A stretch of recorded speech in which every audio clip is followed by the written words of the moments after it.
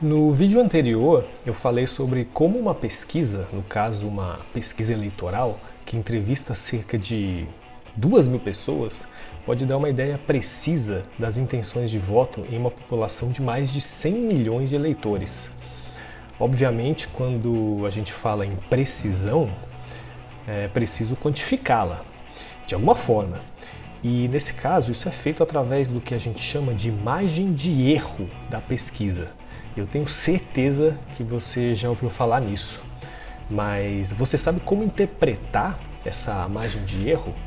Meu nome é Daniel Takata e é sobre isso que eu vou falar hoje. No vídeo anterior eu expliquei por que um candidato que em uma pesquisa eleitoral com cerca de 2.000 pessoas apresenta cerca de, digamos, 30% das intenções de voto, deve realmente ter um percentual muito próximo disso em uma população de milhões de eleitores.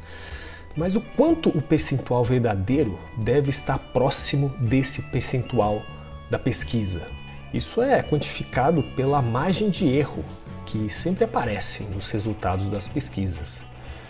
Em geral, essa margem de erro é de 2 pontos percentuais para mais ou para menos. Ou seja, aquele candidato deve ter um percentual das intenções de voto de 4 pontos ao redor de 30%. Ou seja, entre 28% e 32%, com um alto grau de confiança. Mas como que a gente interpreta essa margem de erro e esse alto grau de confiança?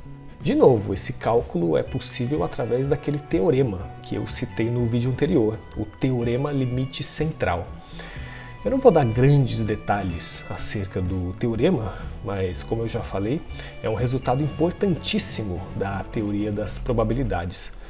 Caso você tenha interesse em conhecer mais, eu vou deixar de novo aí na descrição o link para o verbete na Wikipédia.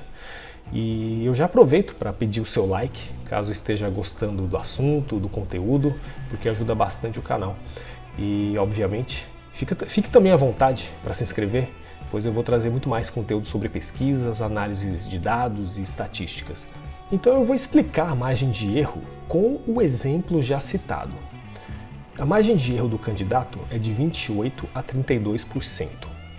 Em geral, essa margem de erro é calculada com um nível de 95% de confiança. Eu sei, é muito percentual, muita porcentagem envolvida, mas acho que vai ficar claro.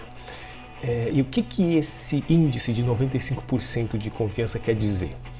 Quer dizer que, se a pesquisa fosse realizada 100 vezes dentro do mesmo panorama, naquele mesmo momento, escolhendo-se os entrevistados aleatoriamente, esperaria-se que em cerca de 95 dessas pesquisas o percentual verdadeiro de votantes do candidato estivesse dentro das margens de erro. Então, por exemplo, na primeira pesquisa, que eu vou considerar a pesquisa a qual a gente teve acesso, a margem de erro foi de 28% a 32%, como a gente observou. Em uma hipotética segunda pesquisa, digamos que essa margem de erro fosse de 27,5% a 31,5%. Em uma terceira pesquisa, de 29% a 33%. E assim por diante.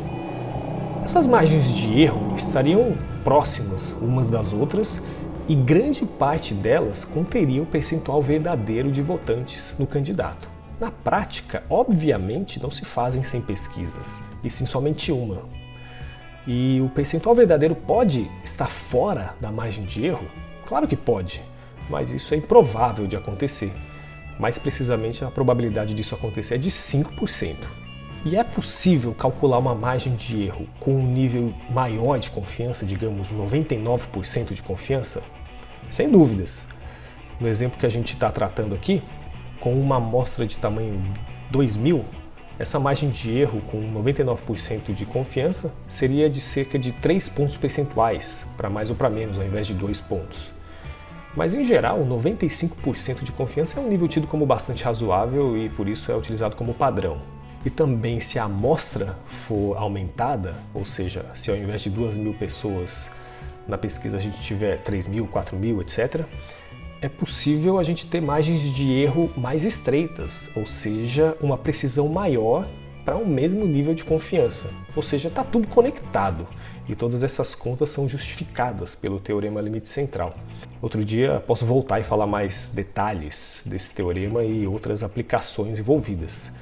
Mas isso é papo para outro dia. Eu quero ouvir você, deixa aí seu comentário e também já sabe, like no vídeo, se inscreve no canal e compartilhe o vídeo com seus amigos se gostou. Obrigado pela audiência, um grande abraço a todos.